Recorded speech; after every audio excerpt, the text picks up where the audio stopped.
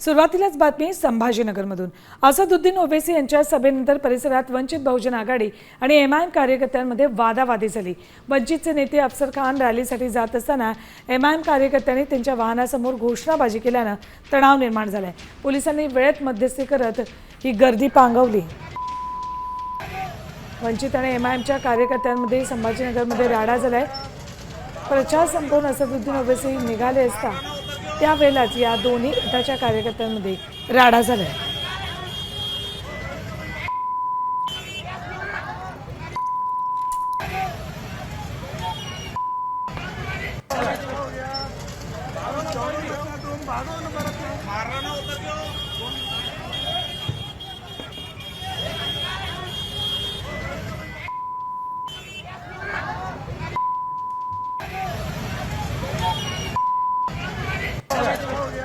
तर असदुद्दीन ओवैसी हे सभा संपवून प्रचार संपवून निघाले त्यानंतर लगेचच वंचित आणि एमआयएमच्या कार्यकर्त्यांमध्ये राडा झाला।